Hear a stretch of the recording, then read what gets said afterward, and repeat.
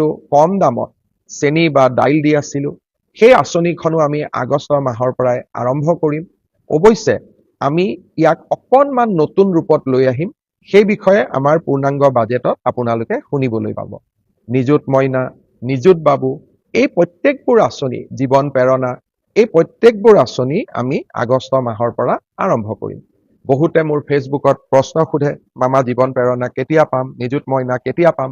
আমি গোটেইবোৰ আঁচনি আগষ্ট মাহৰ পৰা আপোনালোকক দিয়া ব্যৱস্থা কৰিম আৰু তাৰ পিছত সমগ্ৰ সময়ছোৱাত আপোনালোকে এই আঁচনি নিৰবিচ্ছিন্নভাৱে, আজি মই আপোনালোকক আকৌ এবাৰ ক'ব খুজিছো যে আগষ্ট মাহৰ প্ৰথম সপ্তাহৰ পৰাই মই চেষ্টা কৰিম 2 বা 3 আগষ্টৰ পৰাই আপোনালোকে অৰুণোদয় আঁচনি আগৰ দৰে লাভ কৰিব।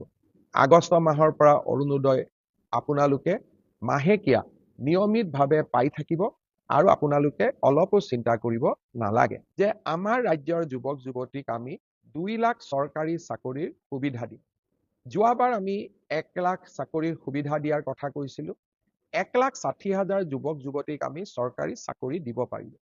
এইবাৰো আমি 2 লাখ ল'ৰা ছোৱালীক কেনেকৈ চাকৰি দিব পাৰোঁ, কোন বিভাগত কিমান পদ খালী আছে, পদোন্নতিৰ জৰিয়তে নতুনকৈ কিমান পদ সৃষ্টি কৰিব পাৰি, নতুনকৈ কেনেকৈ বেটেলিয়ন আদি নিৰ্মাণ কৰিব পাৰি, এই কথাবোৰো ইতিমধ্যে আমি আলোচনা আৰম্ভ কৰি দিছোঁ। অৰ্থাৎ নিৰ্বাচনৰ সময়ত দিয়া প্ৰতিশ্ৰুতিবোৰ কেৱল মাত্ৰ নিৰ্বাচনী প্ৰতিশ্ৰুতি নহয়, ই আমাৰ উন্নয়নৰ মন্ত্ৰ, অসমক বিকাশৰ পথলৈ আগুৱাই লৈ যোৱাৰ এক আমাৰ বাবে পবিত্ৰ দায়িত্ব আৰু কৰ্তব্য। তাক আমি সদায়ে স্বীকাৰ কৰোঁ আৰু অসমৰ ৰাইজৰ বাবে আমি এনেকৈয়ে নিৰলস আমি কাম কৰি গৈ থাকিম। কাজিৰঙাৰ এলিভেটেড কৰিডৰৰ নিবিদা প্ৰক্ৰিয়া ইতিমধ্যে আৰম্ভ হ'ল। অহা এমাহৰ ভিতৰত নুমলীগড় আৰু গহপুৰৰ মাজৰ যি আমি প্ৰায় 18,000 কোটি টকাৰে সুৰংগ নিৰ্মাণ কৰিম, তাৰো নিবিদা প্ৰক্ৰিয়া এই মাহৰ ভিতৰতে অৰ্থাৎ জুলাই মাহৰ ভিতৰতে আৰম্ভ হ'ব। ইয়াৰ উপৰিও মই নতুন দিল্লীত থকা সময়ছোৱাত প্ৰধানমন্ত্ৰী নৰেন্দ্ৰ মোদী ডাঙৰীয়া আৰু কেন্দ্ৰীয় পথ পৰিবহণ মন্ত্ৰী নীতিন গাডকাৰী ডাঙৰীয়াক লগ পোৱাৰ মোৰ সৌভাগ্য হৈছিল। তেখেতসকলে মোক 3টা আঁচনি অসমৰ বাবে খুব তৎপৰতাৰে অনুমোদনৰ প্ৰতিশ্ৰুতি দিছে। ইয়াৰ প্ৰথম আঁচনিটো হ'ল বাইহাটা চাৰিআলিৰ পৰা তেজপুৰৰ মিছন চাৰিআলিলৈকে এই সমগ্ৰ পথছোৱা 4 লেনযুক্ত হিচাপে নিৰ্মাণ কৰা। ই এটা বহুদিনীয়া দৰং আৰু শোণিতপুৰৰ ৰাইজৰ বহুদিনৰ দাবী আছিল। বাইহাটা চাৰিআলি আৰু মিছন চাৰিআলিৰ ৰাস্তা 4 লেনযুক্ত হোৱাৰ লগে লগে ই পোনে পোনে আহি গুৱাহাটীৰ ৰিং ৰোডত খুন্দা খাব। অৰ্থাৎ ৰিং ৰোডৰ পৰাই গুৱাহাটীক টাচ নকৰাকৈ আমি জাগিৰোডলৈ যাব পাৰিম, সোণাপুৰলৈ যাব পাৰিম আৰু ৰঙিয়া আদিলৈকেও আমি ডিৰেক্টলি 4 লেনযুক্ত ৰাস্তাৰে আমি যোৱাৰ সুযোগ পাম। ইয়াৰ উপৰিও আৰু এটা নতুন আঁচনি আমি আনিব খুজিছোঁ। সেইটো হ'ল গুৱাহাটী বিমানবন্দৰৰ পৰা গড়ল, ধাৰাপুৰ, গুৱাহাটী বিশ্ববিদ্যালয়, এই 10-12 কিলোমিটাৰ পথ আমি এটা এলিভেটেড কৰিডৰ অৰ্থাৎ 10 কিলোমিটাৰৰ এখন উৰণীয়া সেতু আমি নিৰ্মাণ কৰিব খুজিছোঁ, যাতে গুৱাহাটী বিমানবন্দৰলৈ জালুকবাৰীৰ পৰা মাত্ৰ 7 বা 8 মিনিটতে আমি গৈ পাব পাৰোঁ। এই আঁচনিখনো অহা কিছু মাহৰ ভিতৰতে অনুমোদন হ'ব বুলি ভাৰত চৰকাৰে আমাক অৱগত কৰিছে। তৃতীয়তে আমি এটা ডাঙৰ আঁচনি হাতত লৈছিলোঁ, সেয়া হ'ল শিলিগুৰিৰ পৰা শিলচৰ এটা নতুন এক্সপ্ৰেছ হাইৱে। ইয়াৰে প্ৰথম পৰ্যায় শিলচৰৰ পৰা বৰাপানীলৈ প্ৰায় 25,000 কোটি টকাৰ এখন বিশাল আঁচনি। ই ইতিমধ্যে প্ৰধানমন্ত্ৰী নৰেন্দ্ৰ মোদী ডাঙৰীয়াই শিলচৰত আধাৰশিলা কৰিছিল।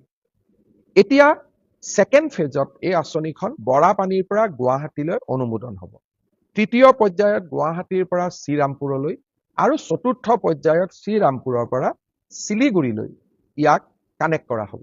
এই আঁচনিখনো আমাৰ 5 বছৰীয়া কাৰ্যকালৰ ভিতৰতে আমি শেষ কৰিম। এনেধৰণে ভগৱানে কৰিলে গুৱাহাটীৰ পৰা তিনচুকীয়ালৈ এটা এক্সপ্ৰেছ হাইৱে নিৰ্মাণৰ মোৰ মনত ইচ্ছা আছে। তাৰ বিষয়েও আমি নিশ্চিতভাৱে আমাৰ প্ৰচেষ্টা চলাই যাম। ডিব্ৰুগড়ক ৰাজ্যৰ দ্বিতীয়খন ৰাজধানী ঘোষণা কৰা হৈছিল। ডিব্ৰুগড়ৰ উন্নয়নৰ বাবে আমাৰ কেবিনেটে 500 কোটি টকা ব্যয় কৰাৰ বাবে সিদ্ধান্ত গ্ৰহণ কৰিছে। বিধায়ক প্ৰশান্ত ফুকনক এই আঁচনিখনৰ সিলেকশ্যন বা কি কাম কৰিব লাগিব তাৰ কাৰণে তেখেতৰ নেতৃত্বত আমি ছেকেণ্ড কেপিটেল ডেভেলপমেণ্ট অথৰিটি এটা কৰিছোঁ আৰু নিশ্চিতভাৱে অহা কিছুদিনত মই যেতিয়া ডিব্ৰুগড়লৈ যাম এই আঁচনি বা এই 500 কোটি টকাৰে আমি কি কাম কৰিম তাৰ বিষয়ে ডিব্ৰুগড়ৰ ৰাইজৰ লগত কথা পতাৰ মই নিশ্চিতভাৱে সুযোগ গ্ৰহণ কৰিম। ইয়াৰ উপৰিও আমি শিলচৰৰ এখন নতুন বিমানবন্দৰ নিৰ্মাণৰ যিটো প্ৰচেষ্টা তাৰ অনুমোদনৰ বাবে আমি কাম কৰি আছো। অহা কেইদিনমানৰ ভিতৰতে আমি তাৰো অনুমোদন পোৱাৰ আশা কৰিছোঁ। ইয়াৰ পিছত এটা নতুন আঁচনি এইবাৰ দিল্লীত যাওঁতে আমি আলোচনা কৰিছিলোঁ যে ৰূপসী বিমানবন্দৰ ই এটা ষ্ট্ৰেটেজিক লোকেশ্যনত আছে। ৰূপসীৰ পৰা বাংলাদেশ ওচৰত, ৰূপসীৰ পৰা পশ্চিমবংগ ওচৰত, ৰূপসী আমাৰ BTADৰ কাষতে আৰু ৰূপসীলৈকে গুৱাহাটীৰ পৰাও যাব পাৰি। শিলচৰ শিলিগুৰি কৰিডৰ হৈ গ'লে ৰূপসীটো আমি 2 ঘণ্টাতে গৈ পাব পাৰোঁ। ৰূপসী বিমানবন্দৰক আমি এটা ডাঙৰ লজিষ্টিক হাব হিচাপে নিৰ্মাণ কৰিব পাৰোঁ নেকি? বিমানবন্দৰটো ডাঙৰ কৰি নিৰ্মাণ কৰি তাৰো আমি নতুন চিন্তা চৰ্চা আৰম্ভ কৰিছোঁ। ইয়াৰ উপৰিও নিৰ্বাচনৰ সময়ত আমি এটা প্ৰতিশ্ৰুতি দিছিলোঁ যে ৰাজ্যৰ প্ৰতিখন জিলাতে এখন বিশ্ববিদ্যালয় হ'ব, প্ৰতিখন জিলাতে এখন মেডিকেল কলেজ হ'ব আৰু প্ৰতিখন জিলাতে এখন ইঞ্জিনিয়াৰিং কলেজ হ'ব। এই প্ৰচেষ্টাৰ অংশ হিচাপে হাইলাকান্দি, হোজাই, বজালি আৰু গোৱালপাৰা কৰিডৰ অৰ্থাৎ 10 কিলোমিটাৰৰ এখন উৰণীয়া সেতু আমি নিৰ্মাণ কৰিব খুজিছোঁ যাতে গুৱাহাটী বিমানবন্দৰলৈ জালুকবাৰীৰ পৰা মাত্ৰ 7 বা 8 মিনিটতে আমি গৈ পাব পাৰোঁ। এই আঁচনিখনো অহা কিছু মাহৰ ভিতৰতে অনুমোদন হ'ব বুলি ভাৰত চৰকাৰে আমাক অৱগত কৰিছে। তৃতীয়তে আমি এটা ডাঙৰ আঁচনি হাতত লৈছিলোঁ, সেয়া হ'ল শিলিগুৰিৰ পৰা শিলচৰ এটা নতুন এক্সপ্ৰেছ হাইৱে। ইয়াৰে প্ৰথম পৰ্যায় শিলচৰৰ পৰা বৰাপানীলৈ প্ৰায় 25,000 কোটি টকাৰ এখন বিশাল আঁচনি ই ইতিমধ্যে প্ৰধানমন্ত্ৰী নৰেন্দ্ৰ মোদী ডাঙৰীয়াই শিলচৰত আধাৰশিলা কৰিছিল। এতিয়া ছেকেণ্ড ফেজত এই আঁচনিখন বৰাপানীৰ পৰা গুৱাহাটীলৈ অনুমোদন হ'ব। তৃতীয় পৰ্যায়ত গুৱাহাটীৰ পৰা শ্ৰীৰামপুৰলৈ আৰু চতুৰ্থ পৰ্যায়ত শ্ৰীৰামপুৰৰ পৰা শিলিগুৰিলৈ ইয়াক কানেক্ট কৰা হ'ব। এই আঁচনিখনো আমাৰ 5 বছৰীয়া কাৰ্যকালৰ ভিতৰতে আমি শেষ কৰিম। এনেধৰণে ভগৱানে কৰিলে গুৱাহাটীৰ পৰা তিনচুকীয়ালৈ এটা এক্সপ্ৰেছ হাইৱে নিৰ্মাণৰ মোৰ মনত ইচ্ছা আছে, তাৰ বিষয়েও আমি নিশ্চিতভাৱে আমাৰ প্ৰচেষ্টা চলাই যাম। ডিব্ৰুগড়ক ৰাজ্যৰ দ্বিতীয়খন ৰাজধানী ঘোষণা কৰা হৈছিল। ডিব্ৰুগড়ৰ উন্নয়নৰ বাবে আমাৰ কেবিনেটে 500 কোটি টকা ব্যয় কৰাৰ বাবে সিদ্ধান্ত গ্ৰহণ কৰিছে।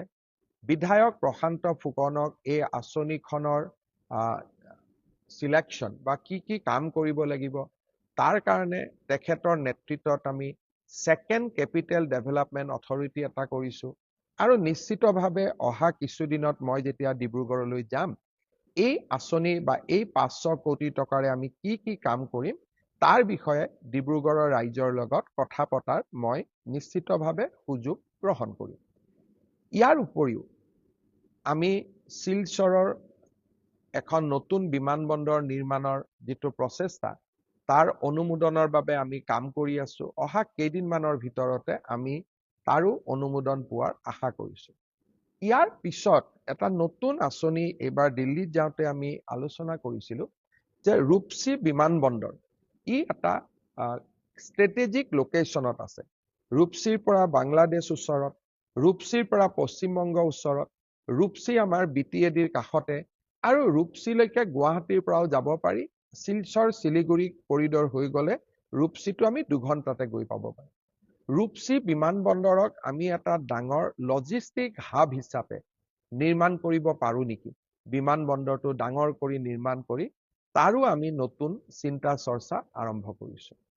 ইয়াৰ উপৰিও নিৰ্বাচনৰ সময়ত আমি এটা প্ৰতিশ্ৰুতি দিছিলোঁ যে ৰাজ্যৰ প্ৰতিখন জিলাতে এখন বিশ্ববিদ্যালয় হ'ব, প্ৰতিখন জিলাতে এখন মেডিকেল কলেজ হ'ব আৰু প্ৰতিখন জিলাতে এখন ইঞ্জিনিয়াৰিং কলেজ হ'ব।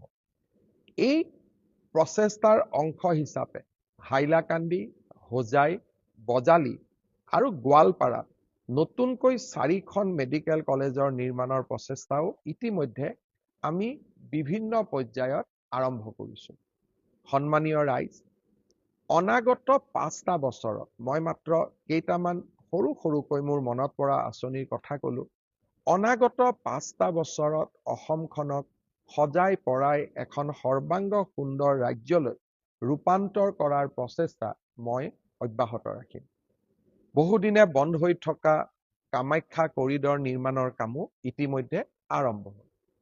শ্ৰদ্ধাৰ ৰাইজ, বিগত নিৰ্বাচনত মই প্ৰতিশ্ৰুতি দিছিলোঁ যে আমাৰ ৰাজ্যৰ যুৱক যুৱতীক আমি 2 লাখ চৰকাৰী চাকৰিৰ সুবিধা দিম। যোৱাবাৰ আমি 1 লাখ চাকৰিৰ সুবিধা দিয়াৰ কথা কৈছিলোঁ। 1,60,000 যুৱক যুৱতীক আমি চৰকাৰী চাকৰি দিব পাৰিলোঁ। এইবাৰো আমি 2 লাখ ল'ৰা ছোৱালীক কেনেকে চাকৰি দিব পাৰোঁ, কোন বিভাগত কিমান পদ খালী আছে, পদোন্নতিৰ জৰিয়তে নতুনকৈ কিমান পদ সৃষ্টি কৰিব পাৰি, নতুনকৈ কেনেকে বেটেলিয়ন আদি নিৰ্মাণ কৰিব পাৰি, এই কথাবোৰো ইতিমধ্যে আমি আলোচনা আৰম্ভ কৰি